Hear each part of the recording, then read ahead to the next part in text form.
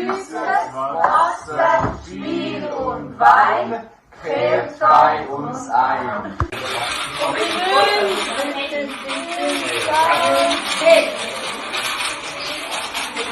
Hey, hallo zusammen! Ich habe kein Geld, aber ich habe eine gute Idee. Kommen wir mit? Ich tue ein Probekochen machen und ich mache ein super Dinner heute für euch zum Nacht. Habt ihr Lust, mitzukommen? Was meinst du? Ja. Oh nein, das gibt richtig fettes Essen. Ja.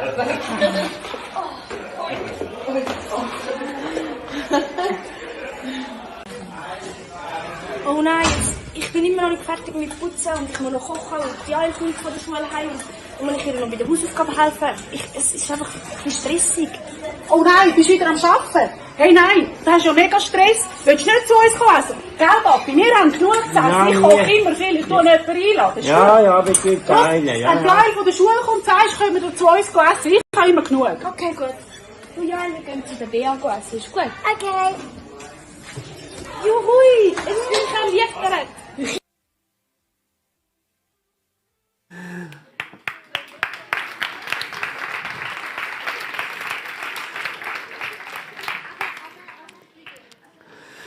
Yes, mega cool. Zusammen essen. Wer wird nicht gerne zum Essen eingeladen? Besonders wenn es so ist. Super. Wir haben die Serie im Moment, das Thema Wohlgeruch. Wir überlegen uns, wie können wir als Menschen ein Wohlgeruch sein für unser Umfeld. Ein Wohlgeruch auch im Sinne davon, dass Leute in unserem Umfeld schmecken und erfahren dürfen, wie gut Gott ist. Und heute zum Thema Jetzt wird gekocht. Ich habe schon ein bisschen Hunger, wie geht's euch? Ja, jemand hat ja gesagt. Sehr gut. Es geht darum, wie können wir uns so Gewohnheiten im Leben, im Alltag aneignen. Und wenn man die Bibel liest, merkt man, dass Kochen ganz viel damit zu tun hat. Das ist wirklich so, das wollen wir heute zusammen anschauen. Also wie können wir mit Leuten in dieser Serie, wie können wir mit Leuten ins Gespräch kommen, auch über Jesus, ganz normal im Alltag. Vielleicht geht es euch manchmal auch so.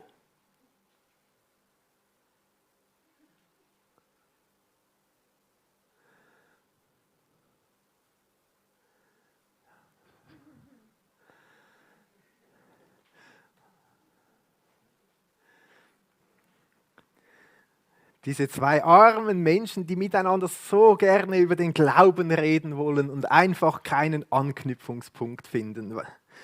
Ja, manchmal muss man irgendwie den Mut haben, um andere Leute einfach anzusprechen, mit ihnen in Kontakt zu kommen. Und heute sind wir hier auch, um hinzugehen zu Jesus und zu schauen, was hat er uns vorbereitet, was hat er für uns gekocht quasi, was ist sein Menü für uns heute Morgen. Und deshalb will ich auch mit einem Gebet in diese Predigt starten. Danke, Jesus, dass du jetzt da bist. Und wenn wir uns heute überlegen, was es mit Gastgebersein zu tun haben könnte, dieses ganze Thema, dann dürfen wir wissen, dass wir einfach zu dir kommen dürfen und du uns einlädst in deine Gegenwart. Und ich will dir Danke sagen, Jesus, dass du so ein guter Gott bist, der uns Menschen liebt und der mit uns zusammen sein möchte. Und wir wollen diese Zeit bewusst in deiner Gemeinschaft, in deiner Nähe sein, um zu schauen, was du für uns bereit hast. Öffne unsere Herzen dazu. Amen. Wir sind gestartet mit einer ganz wichtigen Zutat, nämlich mit dem Gebet. Wir haben gesagt, Gebet ist so eine gute Gewohnheit. Wenn man das im Alltag hat, das hilft, um ein Wohlgeruch zu sein. Eine andere gute Gewohnheit ist, ein fragwürdiges Leben zu führen. Vielleicht denkst du jetzt, ja, das spinnt ein bisschen, da musst du mal schauen, was wir damit gemeint haben. Eine andere Zutat, haben wir gesagt, ist, wenn man im Alltag auf Gott hört und so im ganz nahen Kontakt ist mit Gott, wenn man sich von ihm führen lässt im Alltag. Ich überlege mir manchmal, wie schnell das Leben eigentlich vergeht. Ich habe gerade, die Kinder haben die Zeugnisse nach Hause gebracht, und habe ich meinen alten Schulranzen aus dem Keller geholt und diesen meinen Kindern gezeigt und mein Zeugnis von der Primarschule. Habe ich plötzlich gemerkt, wie viele Jahrzehnte vergangen sind. Und das Leben geht so dahin und man hat doch diesen Wunsch, dass es nicht einfach irgendwie vorbeigeht, sondern dass das Leben auch Segensspuren hinterlässt, dass es irgendwie etwas Gutes bewirkt. Und da denke ich mir, wie gut, dass der Heilige Geist uns führen will im Alltag, an die Orte und mit diesen Worten, die dran sind, die wichtig sind, dass wir nicht mit Flugmodus quasi unterwegs sind, sondern die Antennen ganz offen haben zu Jesus. Und dann eine Gewohnheit, über die wir heute nachdenken wollen, zusammen essen. Zusammen essen. Tatsächlich ist das ein ganz wichtiges Thema in der Bibel. Das ist wirklich so. Jemand hat mal gesagt, wir formen zuerst unsere Gewohnheiten und dann formen unsere Gewohnheiten uns. Und deshalb ist das eine Art wie ein Training, dass wir sagen, wir wollen unsere Gewohnheiten bewusst überlegen, was soll das sein, damit unsere Gewohnheiten dann gute Auswirkungen haben auf unser Leben. Und jetzt zum Thema Essen. Vielleicht denkst du, ja, das tönt dann alles ein bisschen platt. Aber wir wollen mal wie einen kleinen Überblick uns verschaffen. Und zwar, schon von ganz vom Anfang an in der Bibel spielt das Essen eine wichtige Rolle. Über das Paradies ist ja ganz wenig bekannt. Also wir wissen nicht, wo die geschlafen haben, wie das genau ausgeschaut hat und so. Aber wir wissen, was der Menüplan war. Über das Essen steht da einiges. Und dann, wenn wir das Alte Testament lesen, sehen wir immer wieder, wie das Essen, das Zusammenessen, das Gastfreundlichsein eine ganz wichtige Rolle spielt. Also man könnte da unglaublich viel lesen. Ich habe im Handout stehen auch ein paar Dinge noch weiter dazu. Was mir besonders in den Sinn kommt, ist zum Beispiel die Geschichte von Abraham, der da irgendwo im trockenen Land ist mit seinem Zelt und so weiter. Und da kommen irgendwelche fremden 3 Männer zu ihm und er beherbergt sie. Wir lesen, wie er alles in Bewegung gesetzt hat, um diesen 3 wirklich ein gutes Essen vorzubereiten, wie er ihnen einen Platz im Schatten angeboten hat und Essen und Trinken ist gekommen. Und das war ein Engel. Das hat er gar nicht gewusst. Das war der Herr selbst, der bei ihm vorbeigekommen ist und der bei ihm richtig Segen hinterlassen hat. Eine ganz spannende Geschichte, wo es um Gastgebersein geht und plötzlich merkt, da passiert etwas noch viel Größeres. Oder auch andere Episoden, die vorkommen. Jakob, der Gast war bei Laban und dann plötzlich ganz anders wieder von dort weitergegangen ist. Oder 2 Geschichten, die mir in den Sinn kommen, auch bei Elia und Elisa, diesem Propheten, die Gastgeberschaft von 2 Witwen erleben durften. Also von Menschen, die eigentlich gar nichts hatten in dieser Zeit, bei Elia in der Hungersnot und die trotzdem Gastgeberinnen waren und für diese Propheten geschaut haben. Auch ganz spannende Geschichten und so geht es weiter durch das ganze Alte Testament. Da kommt das Neue Testament und am Schluss überlegen wir, wie wird es vielleicht einmal sein in der Ewigkeit bei Jesus im Himmel. Und Jesus braucht ein Bild für diese Zeit. Das große Gastmahl, die Hochzeitsfeier. Das hört nicht auf. Von Anfang bis Ende ist das Essen ein Thema. Und wir wollen heute mal schauen, wie ist das bei Jesus? Wie war das bei Jesus? Wie hat Jesus mit diesem Thema gelebt? Es gibt 3 verschiedene Aussagen in den Evangelien darüber, wo es heißt, denn der Sohn des Menschen ist gekommen. Also Gott, der Mensch wurde, Gottes Sohn als Mensch ist gekommen, damit oder umzu. Und dann gibt es 3 so Aussagen. Das erste ist, der Sohn des Menschen ist gekommen, zu suchen und zu retten, was verloren ist. Das ist Lukas 19. Das ist eine wichtige Kernaufgabe von Jesus. Dann in Markus 10 heißt es, denn auch der Sohn des Menschen ist nicht gekommen, um bedient zu werden, sondern um zu dienen und sein Leben zu geben als Lösegeld für viele. Und dann gibt es noch etwas Drittes. Lesen wir zusammen in Lukas 7. Denn der Sohn des Menschen ist gekommen, der da isst und trinkt. Und ihr sagt, siehe, ein Fresser und Weinsäufer, ein Freund von Zöllnern und Sündern. Also offensichtlich war Jesus bekannt dafür, dass er gegessen und getrunken hat und Gemeinschaft mit Leuten hatte beim Essen und Essensgemeinschaft hatte mit Leuten, die das was damals unüblich war. Also wir wissen, Jesus war kein Fresser und Säufer. Das hat man ihm nachgesagt, weil die Leute gesagt haben, so die Frommen damaligen Zeit, hey, wieso geht Jesus immer mit diesen komischen Leuten, wieso hängt er mit diesen ab, mit diesen Zöllnern und Sündern, wie es hier heißt, mit diesen Leuten, mit denen man nicht verkehren sollte. Der geht an diese Feste und hat Gemeinschaft mit denen beim Essen. Das haben sie ihm vorgeworfen. Also Jesus ist gekommen und hat mit den Menschen gegessen und getrunken.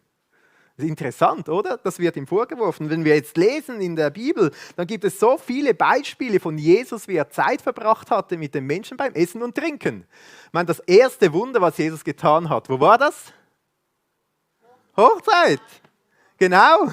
Und das war ja ein Fest, oder? Jesus war nicht einfach irgendwo im Hintergrund und hat geschaut, wie alles geht, sondern hat mitgefeiert bei dieser Hochzeit. Und dann am Ende, wahrscheinlich nach ein paar Tagen erst, feiern, zusammen essen. Dann ging der Wein aus. Da hat Jesus geschaut, dass das Fest weitergeht. Und es gab dann richtig guter Wein, vielleicht so ein Rioja oder irgend so etwas. Jesus hat zu den Leuten geredet und hat Tausenden zu essen gegeben, damit sie nicht hungernd nach Hause gehen mussten.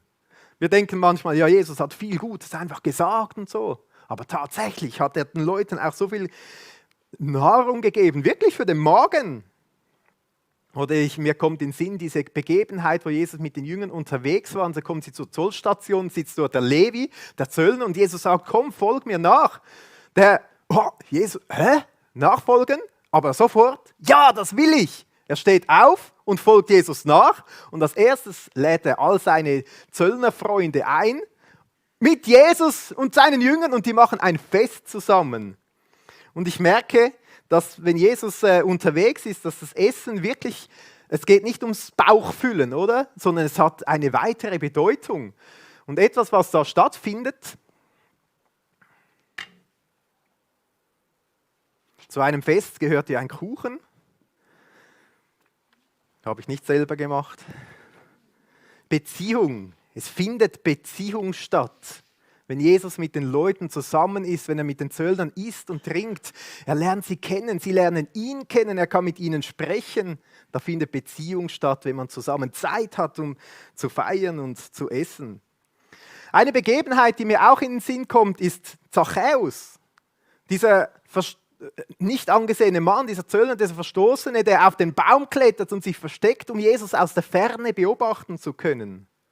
Vielleicht geht es dir manchmal auch so, wenn du über Jesus, über die Religion und so nachdenkst, dass du lieber auf Distanz bleibst, auf Ferne bleibst. Vielleicht, wenn du gerade im Livestream bist, denkst du, ja, ich will mal schauen, wie das da so ist oder so, aber ja, nicht zu nahe, so aus der Distanz. Und dann passiert ja etwas. Jesus kommt unten beim Baum und ruft diesen Zachäus und sagt, hey, komm herunter, ich will heute zu dir zum Essen kommen.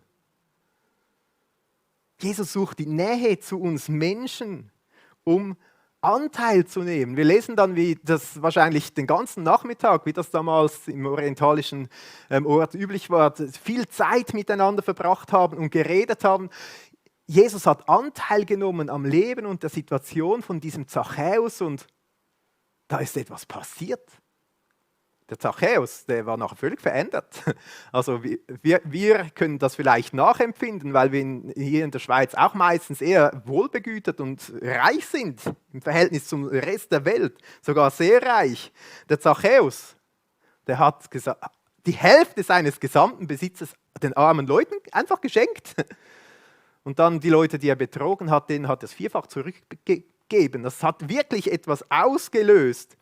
Und ich habe mir gedacht, so dieses Anteilnehmen beim Zusammenessen, das ist wirklich doch etwas sehr Schönes, wenn man da zusammen Zeit verbringen kann und Anteil nehmen kann am Leben von anderen Menschen. Also beim Essen geht es auch darum, Anteil nehmen.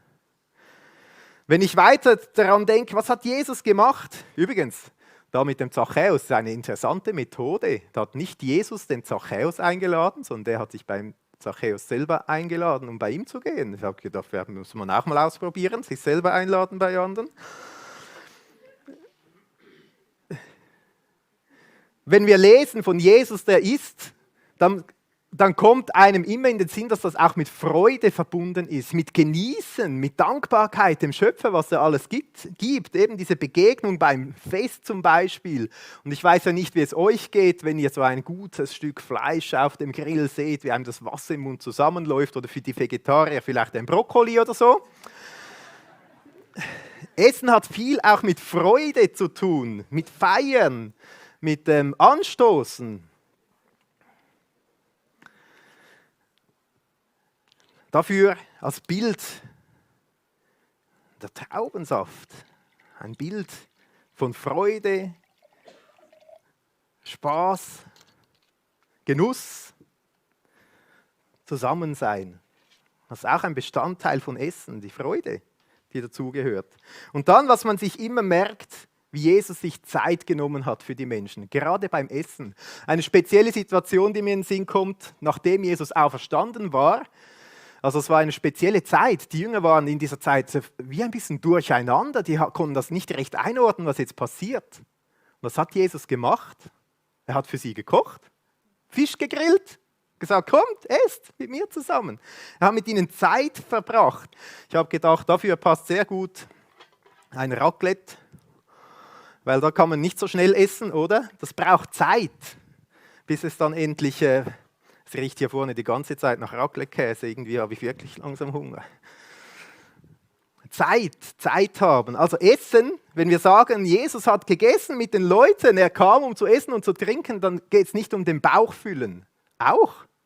Aber es geht auch darum, Beziehung zu leben, Anteil zu nehmen am Leben von Menschen, Freude zu teilen, zusammen zu lachen, etwas zu genießen, Gott dankbar zu sein und sich Zeit nehmen für andere. Und wenn wir das Leben von Jesus anschauen, dann merken wir, dass das wirklich so wie zum Programm von Jesus dazugehört. Also Jesus hat das die ganze Zeit gemacht. Es war so wie eine Art Methode vielleicht, oder etwas, das Jesus auszeichnet. Das gehört bei Jesus wie dazu. Es ist auch interessant, dass vieles, was wir in der Bibel finden, die Wissenschaft dann später auch noch herausfindet. Also ich habe in einer Schweizer Zeitung hat es einen ganzen Artikel gehabt und dort ist zusammenfassend steht, Dutzende Studien zeigten in den vergangenen Jahrzehnten, wie eng regelmäßige Familienmahlzeiten mit dem Wohlergehen der Kinder zusammenhängen. Da hat das die Wissenschaft auch noch herausgefunden. Also bei Jesus ist es so wie ein Prinzip, gemeinsam essen, Zeit zusammen verbringen. Und da gehen wir weiter, dann schauen wir, wie ist das weitergegangen. Und wir merken, das hat die Christen von Anfang an extrem geprägt. Also wenn wir jetzt lesen, wie war das dann, wie ging das weiter? Apostelgeschichte 2, Vers 46. Täglich verharrten sie, das ist die erste Christen, die erste Gemeinde, täglich verharrten sie einmütig im Tempel und brachen zu Hause das Brot, nahmen Speise mit, Jubel, da haben wir wieder diese Freude, und Schlichtheit des Herzens. Bedeutet für mich auch einfach Schlichtheit des Herzens, Zeit zu haben, Anteil zu nehmen, für den anderen da zu sein, nicht zuerst für sich selber. Also ganz interessant, das war eine Charakteristika dieser ersten Christen, zusammen essen. Das ist ganz spannend, zusammen das Abendmahl zu feiern. Ich überlege mir manchmal auch, das ist doch eine gute Idee, wenn man zu Hause ist, am Tisch und miteinander etwas Gutes isst, vielleicht ein Glas Wein trinkt oder so, dass man sagt, hey komm, wir feiern gerade zusammen das Abendmahl. Jesus ist ja für uns auf diese Welt gekommen und erzählt dann einander davon. Ich finde, das ist eine gute Idee. Miteinander essen. Die haben miteinander gegessen in ihren Häusern. Das war so ihre normale Gemeindekultur. Und spannend, wie es ja dann weitergeht im nächsten Vers. Da heißt es, und sie lobten Gott und hatten Gunst beim ganzen Volk. Der Herr aber tat täglich hinzu, die gerettet wurden. Also sie haben so eine Einladungskultur, eine gemeinsame Esskultur, Gastfreundschaft. Sie hatten Freude an Gott, an dem, was er getan hat, feierten zusammen das Abendmahl, hatten Gunst beim Volk und es kamen immer mehr Leute dazu. Ich habe mich gefragt, ob das einen Zusammenhang hat. Zusammen essen und Menschen, die plötzlich Jesus entdecken und im Glauben annehmen und auch Christen werden. Interessant.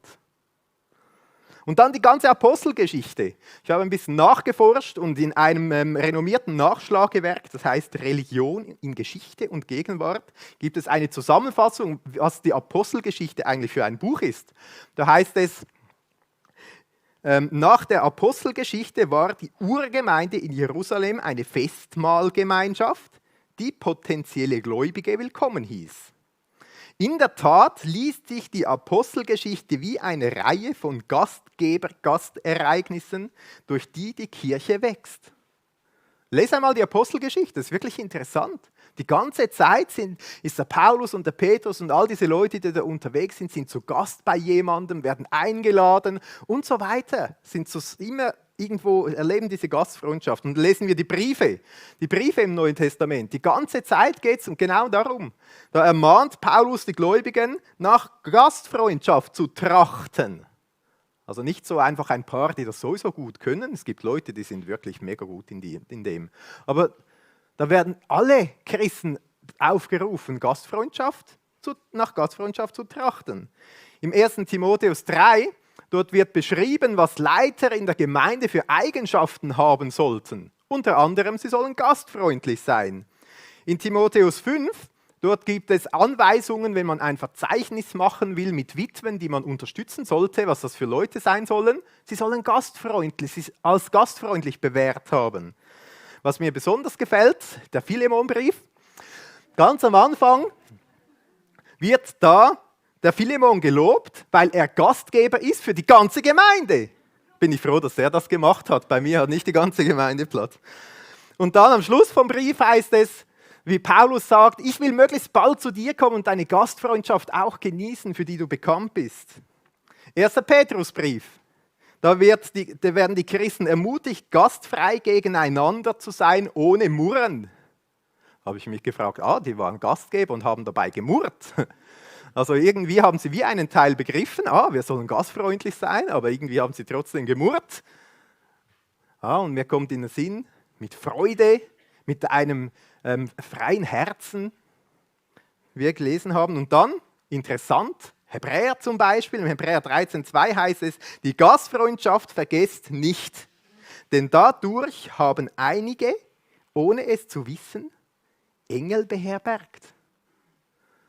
Da kommt mir wieder dieser Abraham in den Sinn. Interessant. Also Gastgeber sein ist ein Merkmal für Christen, könnte man sagen. Das ist eigentlich etwas, was Christen auszeichnet. Sie sind Gastgeber. Und das finde ich recht cool. Also es wird hier nicht einfach gesagt, ja, lade mal jemanden ein oder so, sondern es ist eine Grundhaltung. Wir wollen Gastgeber sein. Wir wollen für andere Menschen da sein. Wir wollen anderen Menschen Gutes tun. Sie beschenken mit Nahrung. Nicht nur Nahrung für den Magen, sondern auch Nahrung für die Seele. Interessant, so eine Haltung. Ich denke, auch für uns als Kirche ist das etwas ganz Entscheidendes, dass wir sagen, hey, wir wollen Gastgeber sein. Wir wollen Gastgeber sein und einladen, zu kommen. Da denkt man ja, Gastgeber. Ein Gastgeber muss etwas geben. Was geben wir dann als Kirche? Ich denke, die beste Nahrung, die es gibt. Jesus Christus selber. Ich habe mir überlegt, dass wir schon die ganze Zeit über diese Themen auch nachdenken. Mir ist nämlich in den Sinn gekommen, wir haben vor ein paar Jahren ein Konzept geschrieben, wo es genau um die Gäste geht. Also als Kirche. Es ist dieses Konzept hier, das heißt Konzept Begrüßung, Kaffeebar und Chillessen. Und dann heißt es, Gast ist jeder, der kommt. Neue Leute und Gemeinde. Das finde ich mega schön, wenn wir sagen, hey, als Kirche sind wir Gastgeber und jeder, der kommt, darf sich als Gast beschenkt und willkommen fühlen. Etwas mega Schönes. Und dann haben wir eine ganze theologische Analyse gemacht. Unser Auftrag als Christen und als Kirche ist es, zum großen Festmahl einzuladen. Lukas 14. Und wie Jesus einzuladen und zu Tisch zu bitten. Markus 6, 8, Matthäus 14, Johannes 13. Wie Jesus pflegen wir eine offene, herzliche Gemeinschaft, zu der neue Menschen gerne dazukommen. Wirklich jeder ist willkommen. Römer 2, Epheser 6, Kolosser 3. Als Gastgeber sind wir echt liebevoll und am Gegenüber interessiert. Wir kümmern uns um das Wohlbefinden all derer, die kommen. Hebräer 13, Römer 12, 1. Petrus 4. Und wollen wie üblich im Reich Gottes großzügig sein. Matthäus 14, Johannes 2, 6, 10, Epheser 1, 2 und 3.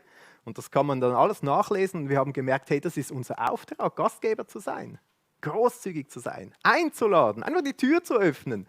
Und ich finde es so cool, dass wir als Kirche das immer wieder auch leben dürfen. Also nachher, wenn wir dann Kaffeebar machen, ihr seid herzlich eingeladen zum Kaffee, es kostet nichts, alle sind eingeladen. Es hat auch Cola und so weiter und Tee, für die Kaffee nicht gern haben. Jeder ist willkommen, jeder soll ankommen können, Gastgeberschaft zu pflegen. Und haben dann so einen Visionssatz geschrieben. der heißt, jeder Besucher erlebt und schmeckt ein Stück Himmel auf Erden vom Moment des Ankommens bis zum Weitergehen. Wir möchten Türöffner sein, sodass Gott die Herzen öffnen kann. Christ sein, Gastgeber sein, offene Türen zu haben, einzuladen, das gehört zusammen. Das passt wunderbar zusammen. Und ich freue mich so, überall, wo ich sehen darf, wie wir dieses Gastgeberschaft leben können. Ich habe dazu auch einen mega interessanten Artikel gefunden im IDEA. Hier heißt es in diesem kurzer Kolumne, genau, zum Thema Teilnehmer oder Gastgeber. Ich möchte das kurz vorlesen, weil ich finde es eine gute Geschichte von Stefan von Rüthi, Leiter ISTL, diese theologische Ausbildungsstätte. Der kommt hier aus dem Tal, also direkt News, direkt aus dem Tal, dieser Kolumne. Es gibt 2 Arten von Menschen, Geber und Nehmer. Die einen werden gesegnet und gefüllt, die anderen bleiben leer und enttäuscht. So schreibt er den Titel. Dann heißt es, stell dir deine Kirche wie einen Kuchen vor. Diejenigen Personen, die sich einen Teil des Kuchens nehmen, nennt man Teilnehmer. Diejenigen, die ein Stück zum Kuchen beitragen, nennt man Gastgeber. Wir verbrachten einige Tage im Ausland in einer uns bisher unbekannten Stadt. Sonntags besuchten meine Frau und ich einen Gottesdienst. Im Anschluss tranken wir dort einen Kaffee an einem Stehtisch. Steht nichts, was er gekostet hat. Wir kannten niemanden. Niemand beachtete uns. Niemand begrüßte uns. Niemand sprach uns an. Was ist das für eine Gemeinde? Was sind das für Menschen? Meine Frau meinte, hey, lass uns in den Gastgebermodus wechseln. Einige Schritte neben uns bemerkten wir eine Frau mit ihrer Tochter. Wir sprachen sie an. Zu unserer Überraschung war auch sie das erste Mal da und kannte niemanden. Sie erzählte, sie sei Buddhistin. Sie wolle ihrer Tochter eine Kirche zeigen, damit sie später einmal selbst entscheiden könne, was sie glauben möchte. Spontan erzählten wir ihr anhand unserer eigenen Geschichte, was es bedeutet, Christ zu sein und Jesus nachzufolgen. Sie hatte dies noch nie gehört. Nach einem längeren Gespräch boten wir an, für sie und ihre Tochter zu beten. Immer noch mit Kaffee in der Hand, was sie sehr gerne annahm. Sie war sichtlich berührt. Gefüllt und voller Freude haben wir uns anschließend verabschiedet. Wir wissen nicht, wie es mit dieser Mutter und ihrer Tochter weitergegangen war. Wenn du im Nehmermodus bist, kommst du innerlich leer mit der Erwartung, dass dir die anderen etwas geben müssen. Die Gefahr ist groß, enttäuscht zu werden, im Selbstmitleid zu versinken und leer wieder zu gehen. Wenn du im Gebermodus bist, schaust du dich um, wer durch dich gesegnet werden könnte, du wirst als Beschenkter wieder gehen. Die Idee von Jesus war nie, dass es Teilnehmer gibt. Jeder hat einen Beitrag zu geben. Paulus erinnert uns an die Worte von Jesus, es liegt mehr Glück im Geben als im Nehmen. Apostelgeschichte 20. Ich möchte ganz praktisch werden. Ich möchte dich ermutigen, bewusst diese Woche Gastgeber zu sein. Ich habe so einen Wochen-Next-Step aufgeschrieben, wie wir das machen in dieser Serie. Wenn du denkst, hey, ja, das ist cool, ich will auch Gastgeber sein. Einige von euch sind das sowieso. Es gibt Leute bei uns, die sind so gute Gastgeber. Ich staune manchmal wirklich. Also es ist fantastisch. Vielleicht sagst du, ja, das mache ich sowieso schon die ganze Zeit. Dann möchte ich dir einfach Danke sagen. Es ist etwas Schönes, wenn man Gastgeber sein kann und das leben darf. Und für diejenigen, für die es ein bisschen fremd ist, wer das will, wer Lust hat und sagt, doch, ich will das ausprobieren, habe ich einen Wochen-Next-Step für dich. Ich lade 2 Personen ein. Jemanden von der Kirche und jemanden von außerhalb der Kirche. Ganz einfach, aber ganz praktisch. Vielleicht denkst du auch, also das ist jetzt aber gar nicht so einfach, ich kann ja gar nicht so gut kochen. Kein Problem, man kann ja auch jemanden einladen zum Kaffee, zum Tee, zum Kuchen. Oder wir haben ja in Embrach auch so ein gutes Lokal und sogar die Goldige Möwe steht jetzt bei uns und so weiter. Es gibt viele Möglichkeiten, um Leute einzuladen, auch wenn man gar nicht kochen kann. Ist gar kein Problem. Oder vielleicht denkst du auch, ja, das passt irgendwie nicht zu mir. Kein Problem, man muss ja jemanden nicht unbedingt auch zum Essen einladen. Vielleicht sagst du, ja, irgendwie deine Kollegen von der Schule oder so, die wollen unbedingt deine Drohne sehen, die du auf den Geburtstag erhalten hast oder sonst etwas Krasses oder mal mit dir zum Pony reiten gehen oder keine Ahnung. Man kann zu irgendwas einladen, oder? Komm, heute Nachmittag probieren wir meine Drohne mal aus. Kommst du auch? Also es gibt so viele Möglichkeiten, um einzuladen. Vielleicht hast du jetzt gedacht, ja, da einladen oder so, das ist etwas für die Mamis zu Hause oder so. Aber es ist für alle.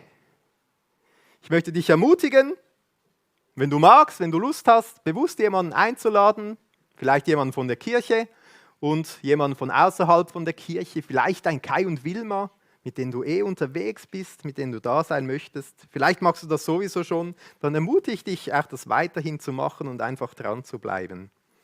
Ich möchte aber, wenn wir heute über das Thema nachdenken, auch noch einen Schritt weitergehen und zum Schluss noch eine andere Perspektive einnehmen. Weil wir haben gesagt, wir schauen, wie Jesus das gemacht hat.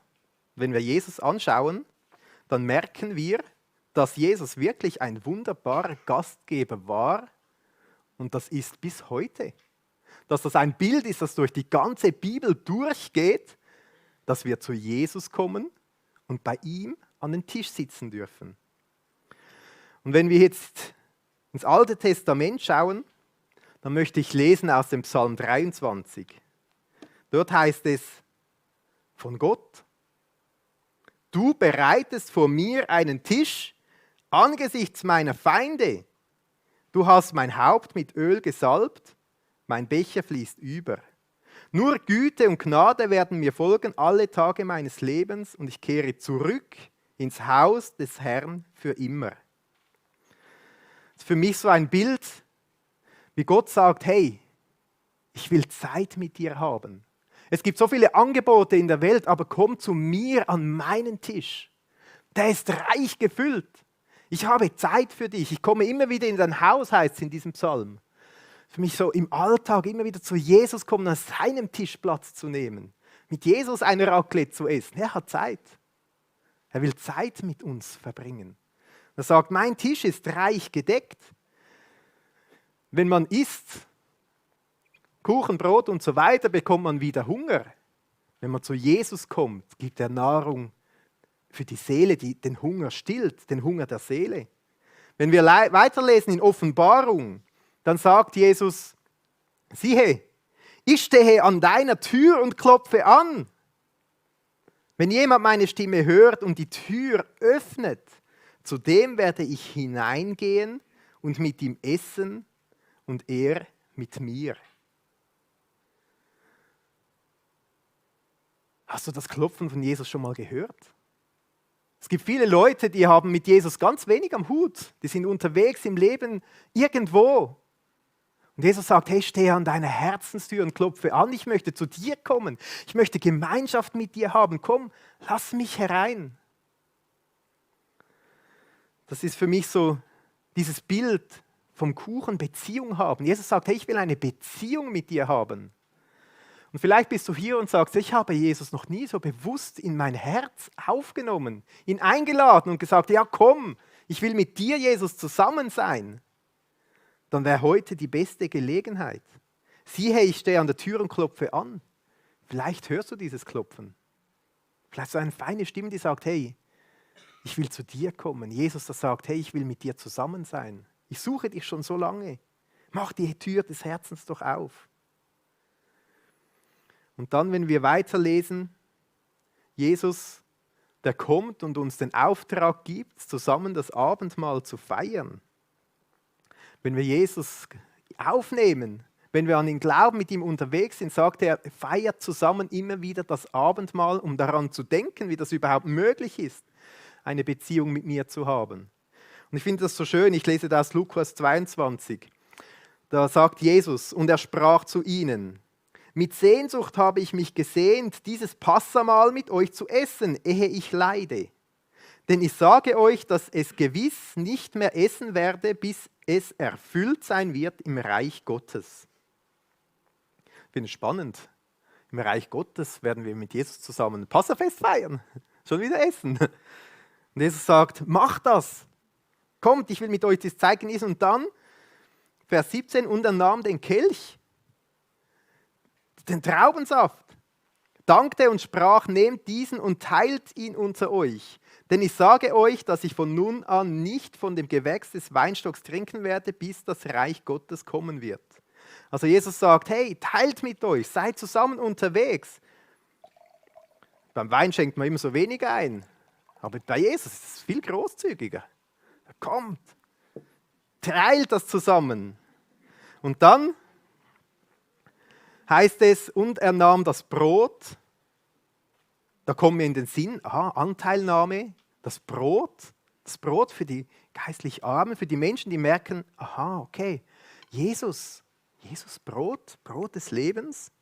Das heißt es, und er nahm das Brot, dankte, brach es und gab es ihnen und sprach, dies ist mein Leib, der für euch gegeben wird. Dies tut zu meinem Gedächtnis. Also wenn wir sagen, ja Jesus, komm du in mein Leben, ich höre dein Klopfen an der Tür. Dann fragen wir uns, wie kann das sein? Wie können wir zu Gott kommen als Menschen mit Fehlern und Ecken und Kanten? Wir merken, hey, wir brauchen Vergebung. Wir brauchen doch, dass jemand für uns diese Schuld bezahlt. Und sagt Jesus, denkt daran, ich möchte für euch alle diese Schuld bezahlen. Ich bin wie der Leib, der hingegeben wird, dass nicht euer Leib gegeben wird. Und wenn ihr den Leib Brot seht, denkt daran, dass ich meinen Leib gebrochen habe für euch, dass ich am Kreuz sterben werde, damals oder jetzt, dass ich gestorben bin. Und dann sagt Jesus weiter, ebenso auch den Kelch nach dem Mahl und sagte, dieser Kelch ist der neue Bund in meinem Blut, das für euch vergossen wird. Also Jesus sagt, wenn ihr dann beim Abendmahl von diesem Traubensaft trinkt, der ist vergossen, das ist wie das Blut, das vergossen ist für euch. Denkt daran, das Blut ist vergossen für euch, damit nicht euer Blut vergossen werden muss. Und es ist ein Zeichen des Bundes. Bund, Ehebund, Hochzeitsfeier. Jesus hat mit uns einen Bund geschlossen, dass wir mit ihm sein dürfen. Und so will ich euch auch einladen, immer wieder ganz bewusst Jesus als Gastgeber anzunehmen. Zu Jesus zu kommen, zu sagen, ich sitze an deinem Tisch, Jesus, den du mir deckst im Angesicht meiner Feinde. Und deine Speise ist nicht eine vergängliche Speise, sondern eine ewige Speise. Und Jesus, ich will zu dir kommen und einfach Danke sagen, dass du deinen Leib für mich gegeben hast. Dass du für meine Schuld und Sünde gezahlt hast und nicht ich muss. Ich will deine Vergebung annehmen. Und danke, Jesus, dass du dein Blut vergossen hast. Dein Blut, das für den neuen Bund steht. Gastgeber sein, aber auch Gast sein. Bei Jesus dürfen wir alle Gäste sein. Ich will beten. Danke, Jesus, dass du so ein guter Gastgeber bist. Du warst es damals für so viele Menschen und wir dürfen einfach bei dir einklinken und sagen, ja, wir wollen auch Gastgeber sein für Menschen. Für andere Menschen da sein, Zeit haben, Anteil nehmen. Beziehung pflegen. Ja, Nahrung geben für den Bauch, aber auch Nahrung für die Seele. Und wenn wir nicht wissen, was wir geben können, dann dürfen wir immer das Beste begeben. Das bist du, Jesus. Ich will dir aber auch Danke sagen, dass wir auch Gast sein dürfen bei dir. Dass du uns einlädst, mitten im Alltag an deinem Tisch Platz zu nehmen. Und es heißt im Psalm 23, dass du uns den Tisch deckst im Angesicht unserer Feinde. Auch wenn rundherum manchmal alles wild durcheinander ist, wir dürfen zu dir kommen, an deinem Tisch Platz nehmen und von dem essen, was du uns gibst. Die beste Nahrung, die es gibt, und das mitten im Sturm.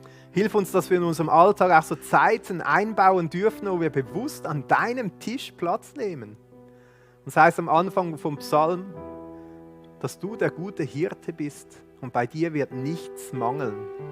Bei dir, Jesus, finden wir wirklich alles, was wir brauchen. Und wir wollen dir Danke sagen, Jesus, dass du an unsere Herzenstür anklopfst. Dass du sagst, hey, ich will zu dir kommen und Gemeinschaft mit dir haben. Ich bin nicht ein Gott, der fern ist oder eine Religion, die man ausüben muss, sondern ich bin ein Gott, der Beziehung haben will mit dir. Das ist mein Herzenswunsch. Im ganzen Leben, im ganzen Alltag, nicht einfach am Sonntagmorgen, sondern im Leben Beziehung haben mit dir. Und ich will dich ermutigen, wenn du dieses Klopfen von Jesus hörst und du hast Jesus noch nie in dein Herz eingeladen, dann mach das.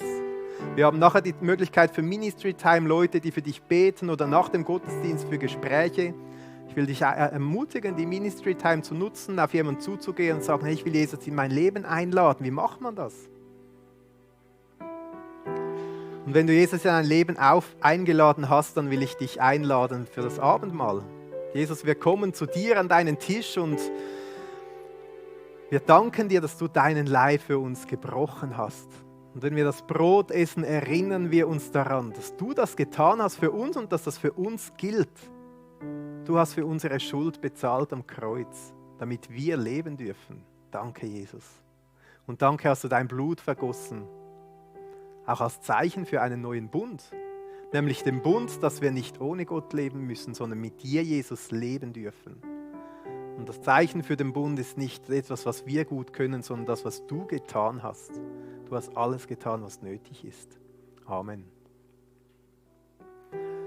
Wir werden ein paar Töne vom Piano hören. Nutze diese Zeit, um mit Gott im Gespräch zu sein. Hinten ist das Abendmahl vorbereitet. Du darfst nach hinten gehen, ein Stück Brot nehmen, einen Becher Traubensaft nehmen. Du darfst das hinten oder an deinen Platz mitnehmen und einfach bewusst sagen, Jesus, ich komme an deinen Tisch. Ich nehme von deiner Nahrung. Du bist das lebendige Brot, das Leben gibt. Und dein Blut ist der Bund für mich, dass ich in Ewigkeit bei dir sein darf. Sind auch 2 Leute bereit für Ministry Time? Vielleicht möchtest du irgendetwas ganz Alltägliches, dass jemand mit dir betet. Du möchtest jemanden bitten, dass er für dich ein Segensgebet spricht. Oder du sagst, hey, ich spüre Jesus, der mein Herz anklopft.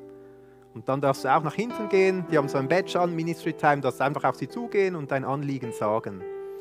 Diese Zeit ist für dich und Jesus, zu ihm zu kommen, an seinen Tisch und das mitzunehmen, was er für dich bereit hat.